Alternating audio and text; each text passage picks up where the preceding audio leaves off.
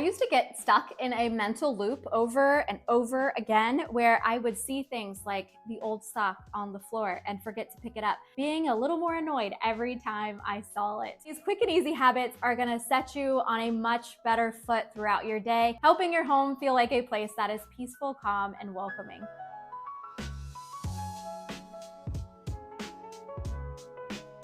If you are new here, my name is Becky and I have been decluttering over the past 6 years with my daughter and my husband, and I am probably the poster child of why these habits were created.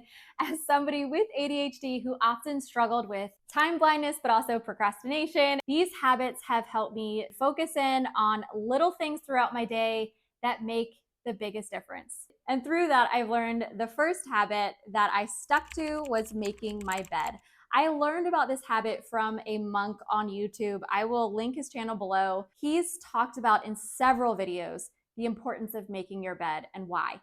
And while I always just thought it was one more thing to do in the morning and a hassle, he reminded me that no, this was actually the first signal that you are telling your brain that you are going to have a productive day, that you are a person that gets things done. It's a quick signal to myself that these simple things that I'm doing throughout my day, one, are not that difficult and also don't take that much time. If I can make my bed in 30 seconds or less because I don't have all those extra pillows, I can certainly be productive in doing a lot more throughout my day. The next one is putting things back after you use them.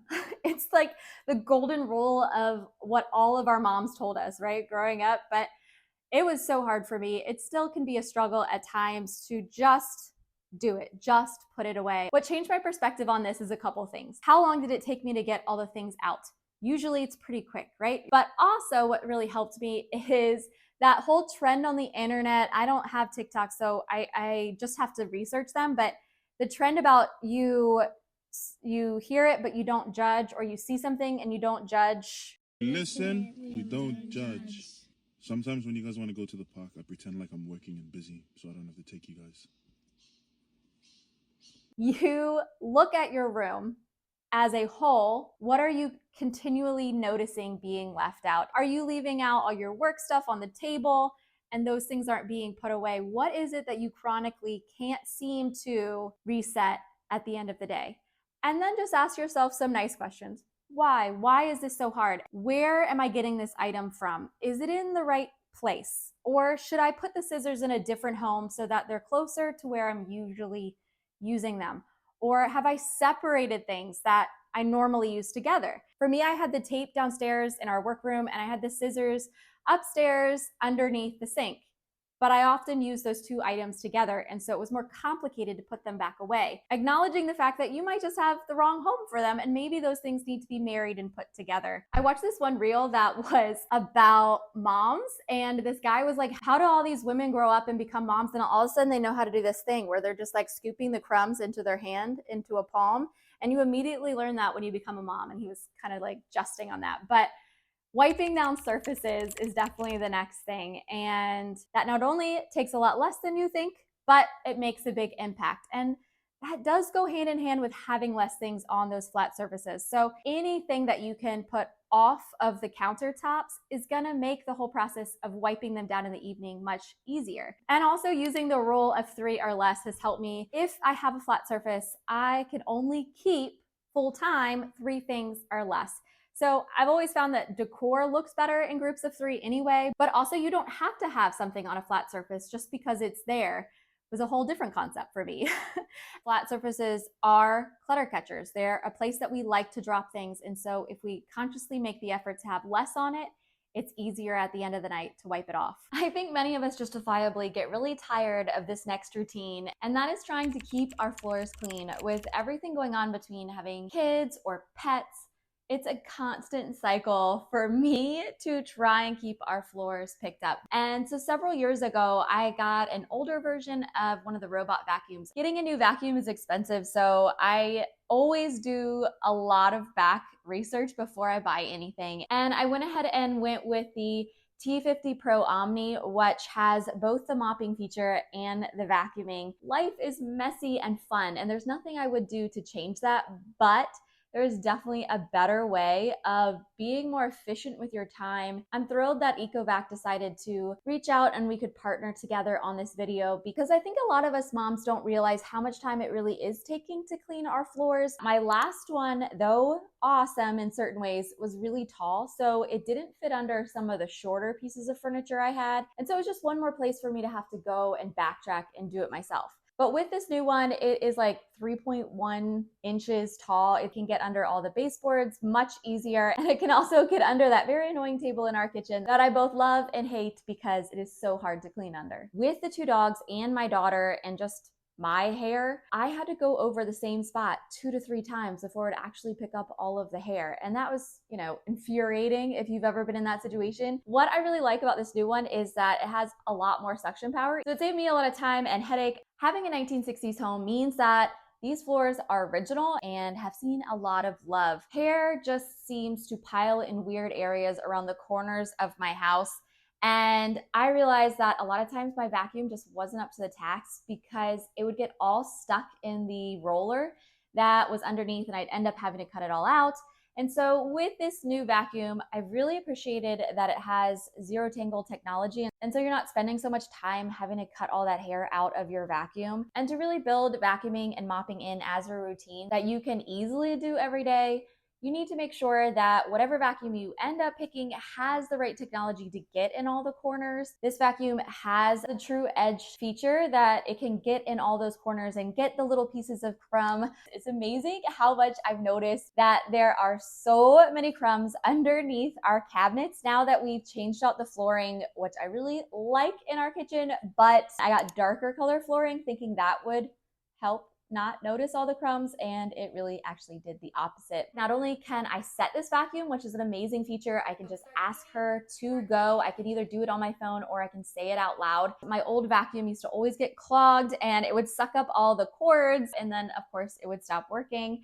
And so making sure that the vacuum you end up going with has the technology to easily read the room and create a map to help make sure that it's doing the job that you need it to do every night. My old vacuum struggled so hard with pet hair and larger debris, but the T50 Pro has a lot stronger suction power, and so it can easily devour everything in one path, from hair to crumbs to the dust. It gets it all in one pass. This vacuum is definitely the upgrade that we needed, and it's slim enough to reach every corner, powerful enough to pick up everything in its path, and smart enough, luckily, to clean my home without needing constant input. If you're looking for a robot vacuum that actually makes your life a little easier, I highly recommend checking out the EcoVac T50 Pro Omni. On that note, let's head on to another routine that I do so I'm not wasting my day. The next one is to tidy as you go. And I got this idea from Erica Lucas, who I think is like one of the sweetest ladies on YouTube. But she was talking in one of her videos about how she tries to leave every room, not saying it needs to be perfect, but that I would like it to be like 5 to 10% better, taking a few things out at a time. Well, that goes along with tidying as you go. It doesn't need to be perfect. It does help if you can get the majority of it. But every time that we tidy up a room and we say to ourselves, I just want to make this room nicer than when I walked into it, our home evolves into a place that always feels pretty calm, pretty peaceful. My home is definitely not always clutter free. No, I live with other people. It's not always perfect, but I do use Erica's rule about I want to leave this room better than when I came in it. I need to take at least 5 to 10% of the things out before I walk back into the other room. So I hope you're gaining some insight from these. These are just fun little habits that I've learned throughout my 6 years of minimizing my stuff. But if you are, I'd love for you to subscribe and join us here. And of course, if you are decluttering and organizing with us, and throw a heart emoji down below. Number 5 is to clean your dishes after every meal. And that has only been possible because I have decluttered my dishes. So I'm not saying that I am perfect at this, but it is much easier with less. And I have heard comments about, couldn't possibly do that. I like to entertain. It would be so rude for me to have paper. And I get it. We're all different. We all have different lives. But you could take some of that stuff and put it in the closet. Having less out all the time is going to mean at the end of the night, you are not stuck with a sink full of dishes because you've had to clean them as you go. A helpful habit that I have started to do is a minute or less trash sweep of my house. So that doesn't include decluttering. It doesn't even include putting things back where they belong. It's just looking for trash.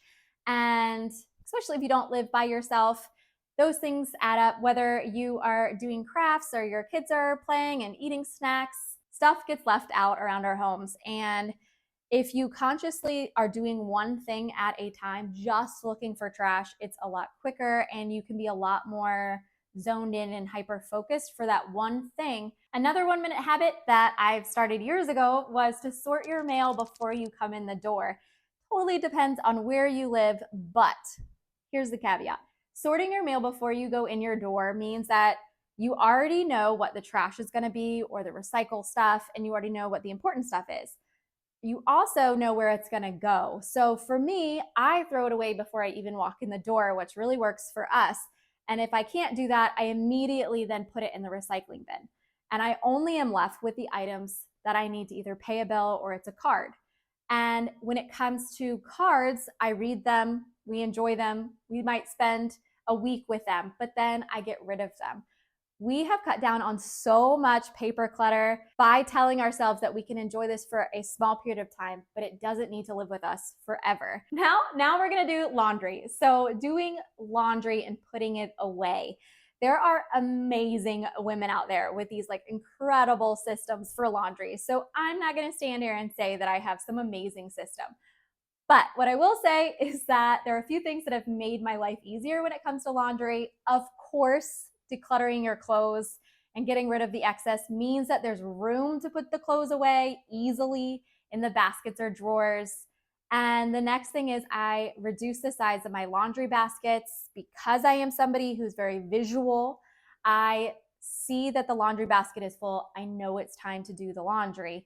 But when I had the massive baskets in every room, they were never full. And by the time that I did the laundry and they were full, it would take me all day to do the laundry. And I just don't have the capacity to do that. And so having smaller laundry baskets, I also will sort everything into the different clothing for each person before I then try to put it away. And that helps. And the last thing is when it comes to making laundry a lot faster, I have changed from doing the laundry in front of the TV and wasting a lot of time watching and not getting it done. And I've moved it upstairs and I do my laundry on my bed where both of our rooms are so I can immediately put those things away.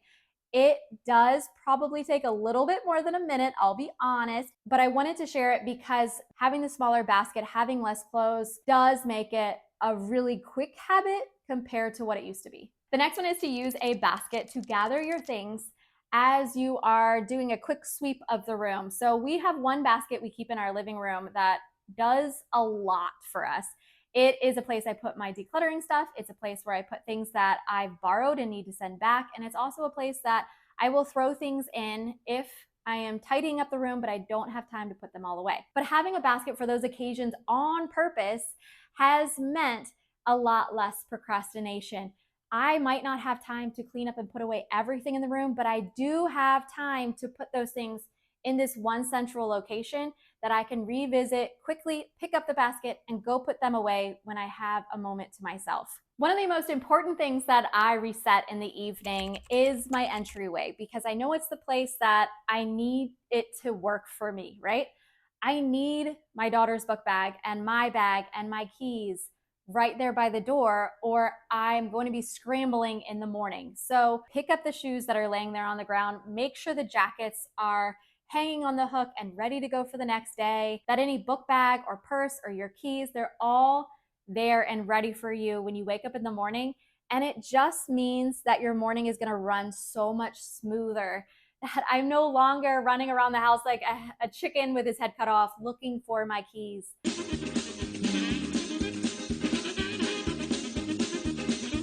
In that quick reset, I made sure that I was ready to go. Another great habit to build in, setting a timer for 1 minute and doing a declutter of a drawer or a basket.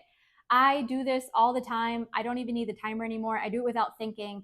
When I'm putting the gloves away, I'll just check and make sure nothing has been put in the wrong place and that we're using everything. When we play games at night, I will make sure that we are not keeping any games that we are no longer using. and I will declutter them. And even while I was still decluttering my kitchen, what I found really helpful is that every time I was cooking a meal or I was getting my daughter ready in the morning and making breakfast, I would do a quick sweep, probably less than 30 seconds, and just see, hey, are we using all these utensils?